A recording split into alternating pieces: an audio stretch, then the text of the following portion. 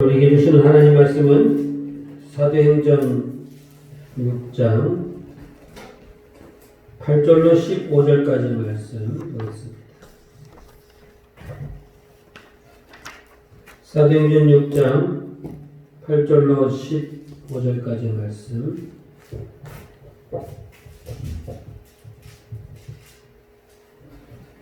다 찾으셨으면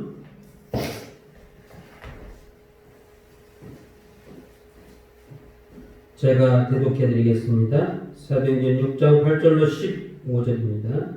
스데반이 은혜와 권능이 충만하여 큰 기사와 표적을 민간에 행하니 이른바 자유민들 즉 구레네인, 알렉산드리아인, 길리기아와 아시아에서 온 사람들의 회당에서 어떤 자들이 일어나 스데반과 더불어 논쟁할세 스데반이 지혜와 성령으로 말함을 그들이 능히 당하지 못하여 사람들을 매수하여 말하게 하되 이 사람이 모세와 하나님을 못 오가는 말을 하는 것을 우리가 들었노라 하게 하고 백성과 장로와 서기관들을 충동시켜 와서 잡아가지고 공회에 이르러 거짓 증인들을 세우니 이르되 이 사람이 그 거룩한 곳과 율법을 거슬러 말하기를 맞이 아니하는도다.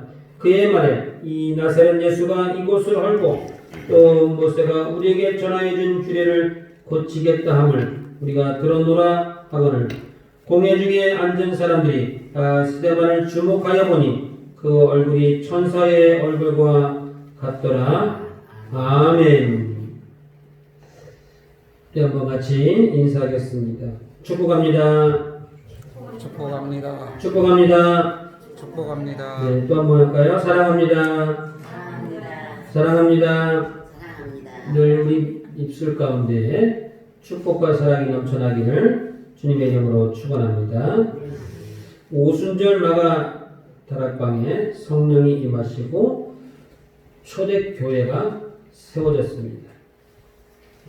맨 처음에 교회, 그것이 초대교회죠. 그래서 이제 이 초대교회를 비롯하여 온 세계에 교회가 세워지는 이제 그런 역사적인 일들이 사도행전에 기록되어 있습니다. 초대교회가 세워졌는데 사람들이 인산인해를 이루고 이제 열두 사도와 제자들만 가지고는 다 감당하기 힘들어서 이제 7명의 집사님을 세웠습니다. 그 최초로 이제 세워진 집사님들인데 이제 그 중에 한 사람이 바로 스데반 집사입니다. 오늘 우리가 보고 있는 본문의 내용에 나와 있죠. 그 스데반 집사는 5가지가 충만한 사람이다. 이렇게 오늘 성경에서 말하고 있는데 3절에 보니까 성령과 지혜가 충만한 사람이다. 성령과 지혜가 충만하다고 하는 것은 하나님의 인정을 받은 사람이다 라는 뜻이죠. 그런데 그 다음 말이 또 있죠. 성령과 지혜가 충만하여 칭찬받는 사람. 누구로부터 칭찬받는 거예요? 사람들로부터. 성도들에게도 칭찬받는 사람. 하나님에게만 인정받는 게 아니고 누가 봐도 그분을 인정할 수밖에 없는. 그분은 참으로 성령과 지혜가 충만하다. 항상 이제 현명하고 믿음 생활에 본이 되는 사람이다. 이렇게 칭찬해 준 사람. 스스로 성령과 지혜가 충만하다. 나는 그런 사람이야. 스스로 말하는 것이 아니고 주변 사람들로부터 인정받고 칭찬받는 사람이었습니다. 그러니까 스데반 집사는 성령과 지혜가 충만한 사람이다. 2가지를 벌써 얘기했죠. 5절에는 믿음과 성령이 충만하다. 이렇게 말합니다. 스데반 집사는 믿음과 성령이 충만하다. 그러니까 3절에 성령이 충만하다. 성령과 지혜 이렇게 말하고 5절에서도 믿음과 성령. 그러니까 성령이 충만하다는 말이 벌써 2번이나 언급되었습니다. 그리고 8절에서는 오늘 우리가 보는 바와 같이 은혜와 권능이 충만하다. 그래서 5가지를 이야기하고 있죠. 성령과 지혜, 은혜와 믿음과 권능. 이렇게 5가지가 충만한 사람, 한 가지를 충만하게 하기에도 사실 여간 힘든 게 아닙니다.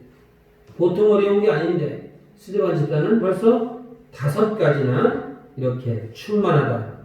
뭐 요즘으로 얘기해 보면 오관왕이라고 해야 되나요? 벌써 5가지나 충만한 사람이다. 이렇게 말하고 있습니다.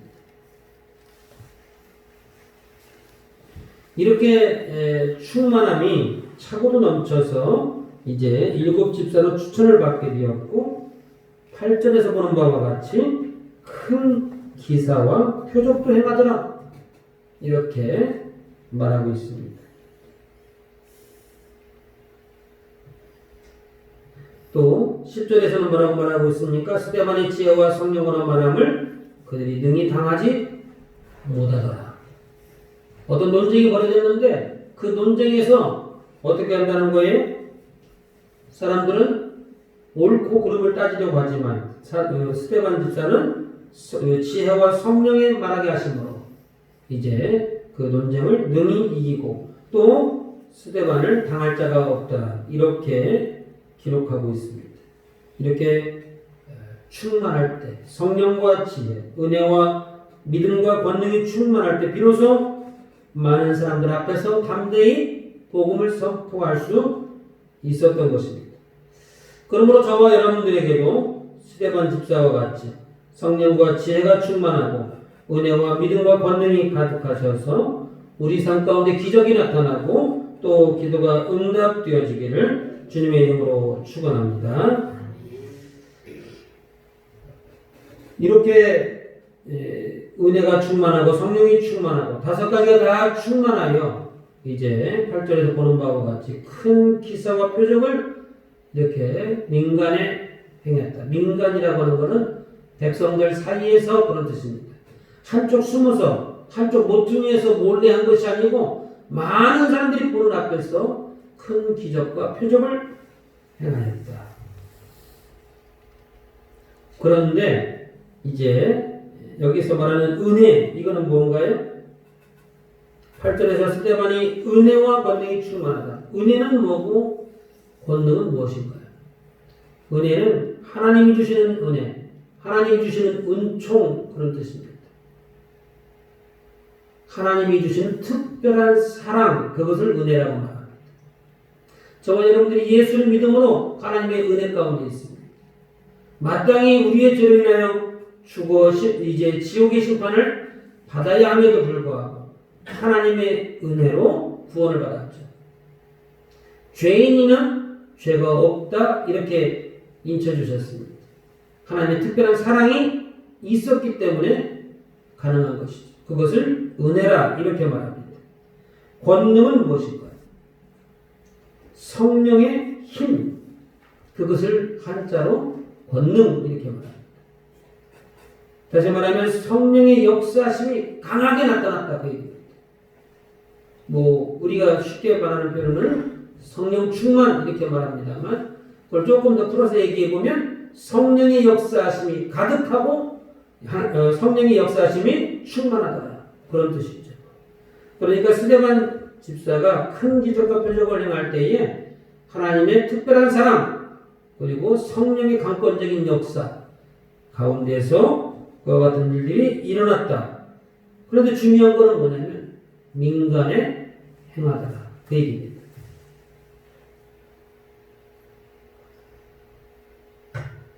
한쪽 다락방에 들어가서 우리끼리 한 것이 아니고 요즘으로 말하면 큰 길 사거리에서 사람들이 모여드는 이제 시장통에서 사람들이 모여드는 그곳에서 이와 같은 일들을 했다, 이렇게 말하고 있습니다. 하나님의 은혜와 권능, 다시 말하면 하나님의 특별한 사랑과 성령의 강권적인 역사, 그것은 하나님만이 하실 수 있는 거죠. 우리가 할 수 있는 것이 아니고. 그러니까 이 기적과 능력은 하나님이 주셔야만 받을 수 있는 것입니다. 하나님이 아닌 것을 행할 수 없다라고 하는 것을 알게 됩니다. 그러므로 기적과 표적은 누가 주시는 겁니까? 하나님이 주시는 겁니다. 스데반 개인이 주는 것이 아니고 그 배후에서 역사하시는 하나님이 주시는 것입니다. 그러므로 저와 여러분이 하나님의 특별한 이제 사랑을 받기를 원하고 하나님의 기적과 능력을 경험하기를 원한다면 어떻게 해야 될까요? 하나님 나에게도 그와 같은 은혜와 사랑을 주옵소서 이렇게 간절히 사모하는 마음이 있을 때 하는 것. 간절히 사모할 때에 하나님께서 역사하시는데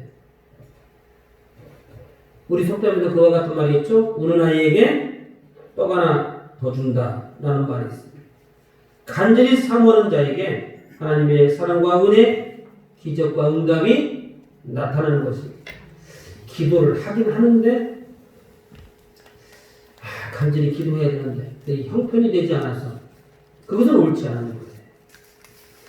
마태복음 7장 7절에 구하라 그리하면 너에게 주실 것이요 찾으라 그리하면 찾아낼 것이요 문을 두드리라 그러면 너에게 열릴 것이요 구하는 이마다 받을 것이요 찾는 이가 찾아낼 것이요 두드리는 이에게 열릴 것이다. 너희 중에 누가 아들이 떡을 달라 하는데 돌을 주며 생선을 달라 하는데 뱀을 줄 사람이 있겠느냐. 너희가 악한 자라도 좋은 것으로 자식에게 줄 알거든 하물며 하늘에 계신 너희 아버지께서 구하는 자에게 좋은 것으로 주시지 않겠느냐. 다시 말하면 하나님이 간절히 사모하고 구하는 자에게 반드시 주신다 라고 하는 약속의 말씀인 것이죠. 그 간절함이 무엇으로 나타나요? 기도로 나타나는 겁니다. 그 간절한 마음, 사모하는 마음이 열정으로 나타나는 거예요. 어떤 열정이요? 내가 기도하지 않고는 견딜 수 없는 열정. 내가 하나님 말씀에 순종하지 않고는 안 되는 그런 열정으로 나타나게 되어 있다는 것이죠. 그러므로 저와 여러분들이 하나님의 기적과 응답을 받고자 한다면 하나님의 특별한 사랑과 은혜를 받고자 한다면 간절히 사모하시고 기도하셔서 하나님의 축복이 임하시기를 주님의 이름으로 축원합니다. 스데반 집사는 조금 전에 말씀드린 바와 같이 적어도 5가지 이상이 충만한 사람이었다. 이런 사람을 뽑았다는 것은 무엇을 뜻할까요? 많은 사람들이 스데반을 인정했다는 것입니다. 그래서 많은 사람들이 스데반을 칭찬하였다. 이렇게 말하고 있습니다. 칭찬만 가지고는 좀 부족하고요. 투표에서 뽑았다는 거예요. 투표에서 뽑았다. 많은 사람들이 있었는데 그 중에 내가 투표에서 뽑았다는 것은 그 사람을 인정한다는 것입니다. 그리고 그 사람이 그 자리에 있어도 그 사람은 거기 있을 만한 사람이야. 인정해 줄 뿐만 아니라 칭찬할 뿐만 아니라 축복해 주었다라고 하는 것이 그 증거가 무엇이냐면 선고로 뽑았다. 그것을 이야기합니다. 그런데 이와 같은 일에 다 축복만 하는 것은 아니고 어떤 사람은 이제 시비를 걸고 논쟁을 벌이는 사람들도 있었습니다. 8절에서 큰 기사와 표적을 민간, 다시 말하면 백성들 사이에 나타내는 것을 거리끼지 않았어요. 숨기지 않았어요. 왜냐하면 많은 사람들이 거기에 호응하고 또 그렇게 사모하고 있기 때문에 또 하나님이 하시는 일이기 때문에 숨기지 않고 민간, 백성들 사이에서 이와 같은 일들을 행했습니다. 그런데 그 기사와 능력, 여기 보니까 큰 기사와 표적 이렇게 말하고 있죠. 그것을 보고 다 하나님께 영광 돌리고 감사하며 사모하는 마음을 가진 것이 아니고 그것을 보고도 그것이 옳다, 옳지 못하다. 논쟁이라고 하는 것은 옳고 그름을 따진다는 겁니다. 우리 예전 성경, 개역 한글에는 변론이라고 말하고 있죠. 변론이라는 말이 뭐냐면 옳고 그름을 따져본다는 거예요. 그것이 글쎄, 그것이 그렇게 되는 것일까? 이렇게 따져본다는 것이죠.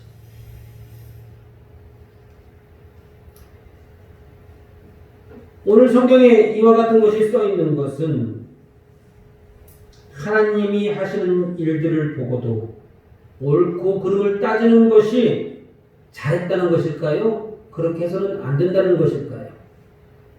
오늘 사도행전 6장 8절부터 이 내용이 기록되어 있습니다. 그런데 9절에 보니까 이른바 자유민들, 즉 구레네인 알렉산드리아인 길리기아와 아시아에서 온 사람들에 해당해서 어떤 자들이 일어나 스데반과 더불어 논쟁할세, 이렇게 논쟁했다 이렇게 되어 있고, 또 이제 12절에는 백성과 장로와 서기관들을 충동시켜 와서 잡아가고 공회에 이르렀다는 재판을 넘겼다 그 뜻입니다. 재판에 넘겼다. 그러니까 이런 것들이 잘 했다라고 하는 것을 말하는 거예요? 아니면 이렇게 해서는 안 된다는 걸 이야기하는 거예요? 이렇게 하면 안 된다는 것을 지금 이야기하고 있습니다. 이와 같은 것은 심히 잘못된 것이다 라고 하는 것을 가르쳐주기 위해서는 성경에 기록되어 있는 것입니다. 교회가 집사님을 뽑아서 직분을 맡겼는데 그것에 대해서 말하고 논쟁거리로 삼는 것은 매우 잘못된 것이다 라고 하는 것을 말하고 있죠. 결국에는 이제 스데반 집사가 모함에 걸려서 그만 돌에 맞아 죽게 됩니다. 순교하게 되죠. 한 사람의 생명을 그냥 돌로 쳐 죽이는 일에 그 시발점이 뭐냐면 논쟁을 벌이는 것, 옳고 그름을 따지는 것.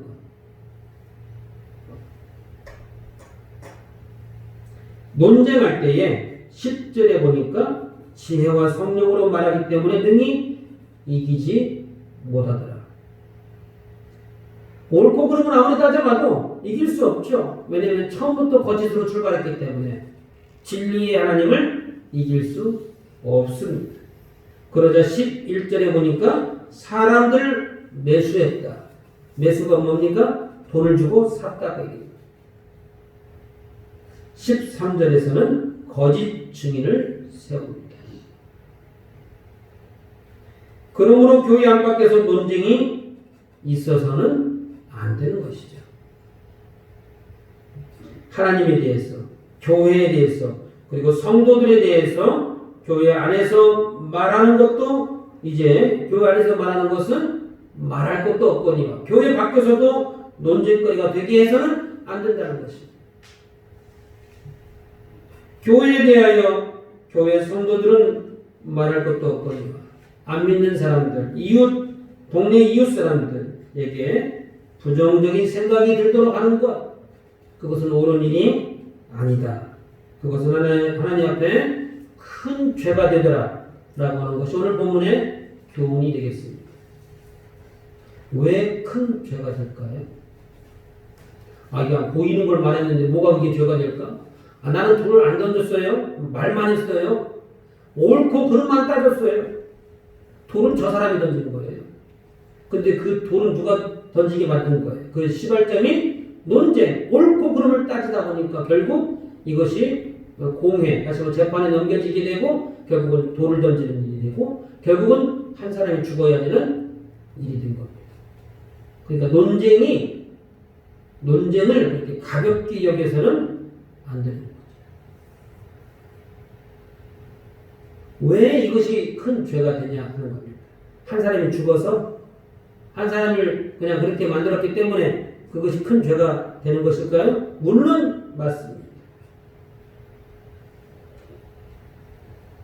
교회를 세워간다고 하는 것은 성령의 사역입니다. 성부, 성자, 성령.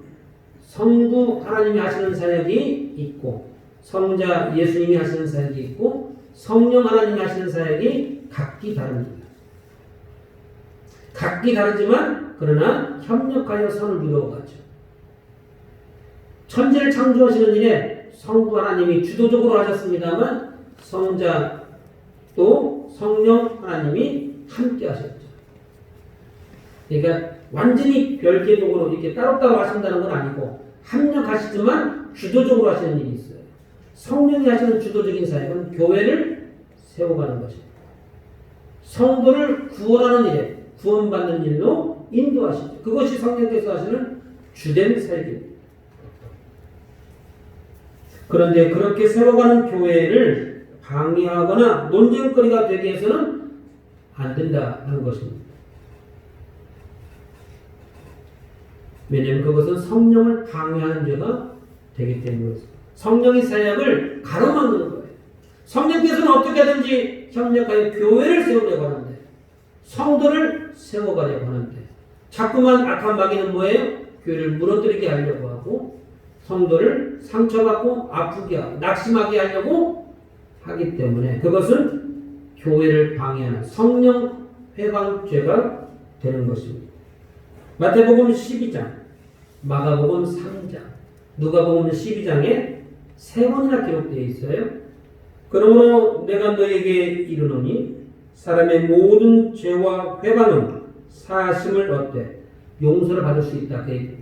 사람끼리 싸우고 사람끼리 말하고 사람끼리 이렇게 했던 것들은 이제 용서함을 받을 수 있으나 성령을 회방하는 것은 사심을 얻지 못한다. 사람끼리 하는 것들은 이렇게 용서해 줄 수 있고 회개하면 하나님이 돌이켜 사심을 하지만 성령을 회방하는 그것은 하나님이 용서하지 않는다. 이렇게 말씀하고 있습니다. 성령을 회방하는 게 뭔가요? 성령이 하시는 일이 무엇인데요? 성령이 하시는 일이 교회를 세워가는 것이고 성도를 세워가는 것입니다. 그런데 사람들이 모여서 수군덕거리거나 논쟁거리를 삼거나 옳고 그름을 따져보려고 해요. 그것이 큰 죄가 된다. 아니 그냥 나는 우리 집에서 우리끼리 한 얘기인데 우리끼리 한 얘기가 안 된다. 그 얘기예요. 우리끼리 한 얘기. 그것이 일파만파 커지게 되고 나중에는 교회를 무너뜨리는 이제 일에 쓰임을 받기 때문에 그런 것입니다. 스데반을 보고 어떤 사람들은 스데반을 뽑아주고 칭찬해주고 축복해줍니다. 좋은 사람, 일꾼을 뽑았다고 박수를 쳐줍니다. 그런데 어떤 사람들은 스데반이 하는 것을 보고 옳고 그름을 따져보겠다고 논쟁거리를 삼고 사람들을 동원해서 거짓 증인을 세웠습니다. 좀 이렇게 유식하게 거짓 증인 세웠다 이렇게 말하고 있습니다. 쉽게 말하면 뭐예요? 사람을 바보로 만드는 거죠. 억울하게 만드는 겁니다. 같은 일을 보고 어떤 사람들은 축복해 주는데 어떤 사람들은 저주를 퍼붓습니다. 같은 일을 보고 어떤 사람들은 칭찬해 주는데 어떤 사람들은 불평불만을 말하고 사람들을 이간질합니다. 같은 일을 보고 어떤 사람들은 격려해 주는데 어떤 사람들은 발목을 잡고 그 사람을 깎아 내리려고 합니다. 이것이 성령 회방죄입니다. 교회에 대해서 얘기한 게 아니고 사람에 대해서 얘기한 건데 교회가 곧 사람이에요. 교회가 곧 사람. 건물이 사람이 아니고 성도들이 모여있는 이 모임, 이것을 교회라고 말하죠.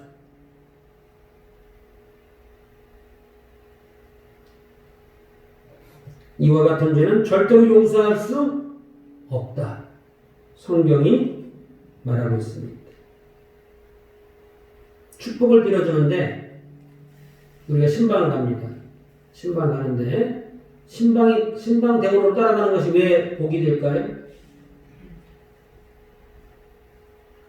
볼륨 조절하지 마세요. 내가 해놓을 테니까 만지지 마요. 왜 신방 대우로 따라가는 것이 복이 됩니까? 그 가정에서 예배를 드리고 신방을 하고 기도를 하고 축복을 해줬는데 그 가정이 그것을 받을 만한 준비가 되지 못했어요. 그럼 그 축복, 그 빌어줬던 축복이 거기서 기도했던 그 내용이 누구에게 옵니까? 그것을 빌어줬던 그분들에게 가는 겁니다. 그래서 신방대원으로 따라가는 것이 복이 된다. 그 얘기입니다. 언제 그런 복을 받아보겠어요? 한 달에 한 번 있을까 말까 하잖아요. 그러니까 신방이 있다고 하면 열일을 제껴두고 오는 거예요. 지혜로운 사람들은. 그런데 축복만 그런와 같은 일들이 일어난 것이 아니고 저주를 퍼부었어요. 그런데 그분이 저주를 받을 만한 나쁜 짓을 한 것이 없어. 받을 만한 그릇이 못 돼. 그럼 그 저주가 누구에게 돌아옵니까? 그것을 말했던 본인에게 돌아가는 거예요.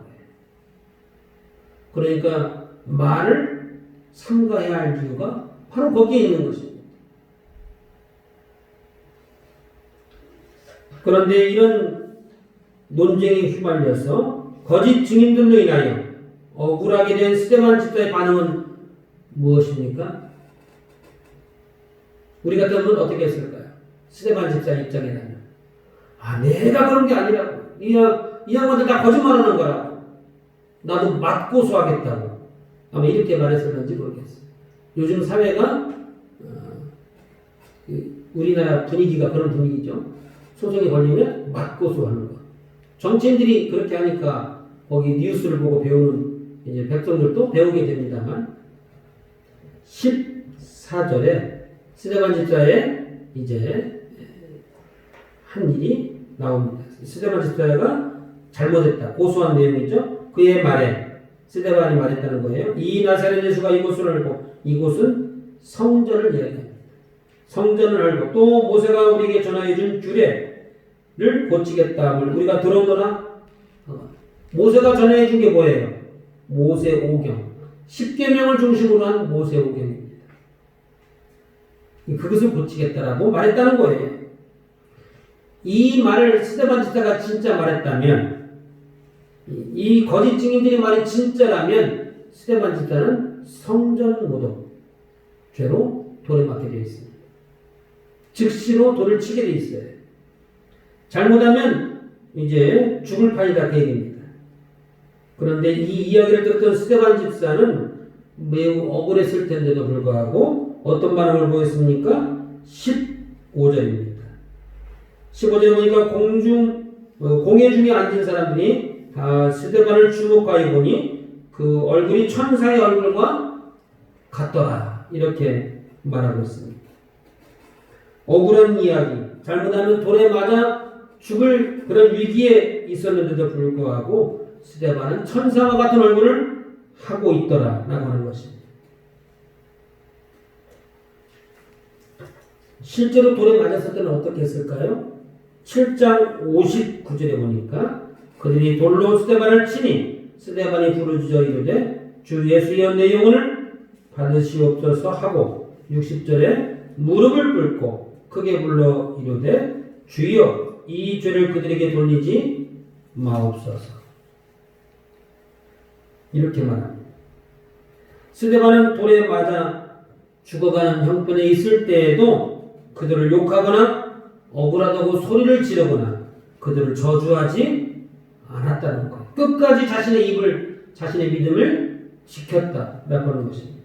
오히려 그들을 용서해달라고 무릎을 꿇고 기도했다는 그 경황에도 돌에 맞아서 이제 죽을 정도가 되려면 얼마나 많이 맞아야 했을까요? 상상이 잘 안 갑니다. 도대체 얼마나 맞아야 사람이 죽을까? 그런데 그 와중에도 무릎을 꿇어 크게 부르며 기도했다는 겁니다. 스데반은 죽는 그 순간에도 성령을 회방하거나 사람들을 저주하거나 교회를 욕하거나 하는 죄를 범하지 않았다는 것입니다. 이것이 바로 하나님을 믿는 성도들의 자세가 되어야 할 것입니다. 말씀 몇 개를 원합니다. 그러므로 교회와 성도들을 향하여 쓴소리, 나쁜 소리 하는 사람들과 함께하는 것은 매우 어리석은 행동이 될 것입니다. 나는 그렇게 하지 않으려고 했는데 옆에서 돌을 던지니까 나만 안 던지면 좀 이상하잖아요. 그러니까 그런 자리에 함께 있는 것 자체가 어리석은 일이다. 그 얘기예요. 청년 중에 어떤 청년이 목사님 내가 이제 예수 믿은 지가 얼마 안 되고 그 전에 만났던 친구들을 버릴 수가 없어서 나는 술은 안 마시는데 그 모임이 저는 좋아요. 그럼 저는 술을 안 마실 때니까 가는 거 허락해 주세요. 가면 마실까요? 안 마실까요? 마시죠. 나는 안 마시고 그 모임이 좋아도 그냥 앉아있기만 할 거예요? 그거는 어리석은 생각이에요. 악한 마귀가 그렇게 영향하지 않습니다. 사람들이 모여서 스데반에게 돌을 던질 때 그게 왜 돌을 던져야 되는지 알고 던진 사람도 있겠지만 모르고 던진 사람도 수없이 많았을 것입니다. 그러니까 그 자리에 있었다는 것 자체가 그분에게는 불행한 일이 될 수밖에 없는 것입니다. 쓴소리 나쁜 소리를 하는 사람들과 함께 있다고 하는 것은 이제 나는 입으로 말하지 않았어도 마음으로 동의한다면 그것도 용서받을 수 없는 죄가 되기 때문에 그렇습니다. 그러므로 그런 자리에 함께 하지 않는 것, 그것이 지혜로운 이제 성도의 자세가 될 것입니다. 혹시라도 그런 소리가 들려오면 우리가 그런 자리에 가지도 않아야 되겠지만 그런 소리가 들려오면 어떻게 해야 됩니까? 오히려 교회를 보호하고 교회를 방어하고 교회를 칭찬해야 합니다. 그것이 성도가 해야 할 마땅한 본분입니다. 혹시라도 성도들을 험담하고 나쁜 소리를 듣는다면 그 성도를 지켜줘야 돼요. 그 성도는 그런 사람은 그럴 사람이 아니라고 변호해주고 서로가 서로를 지켜줄 수 있어야 하는 것입니다. 혹시라도 누군가가 나를 험담하고 욕하는 소리를 들어도 스데반 집사와 같이 천사의 얼굴을 하시기를 바라고 스데반 집사와 같이 오히려 복을 빌어주는 넓은 아량과 믿음이 충만하시기를 주님의 이름으로 축원합니다. 아멘. 스데반 집사와 같이 또 간절히 사모하고 기도하셔서 성령과 지혜, 믿음과 은혜와 권능으로 충만한 성도가 되시기를 주님의 이름으로 축원합니다. 아멘. 우리 한번 같이 기도하십니다. 이 시간 함께 기도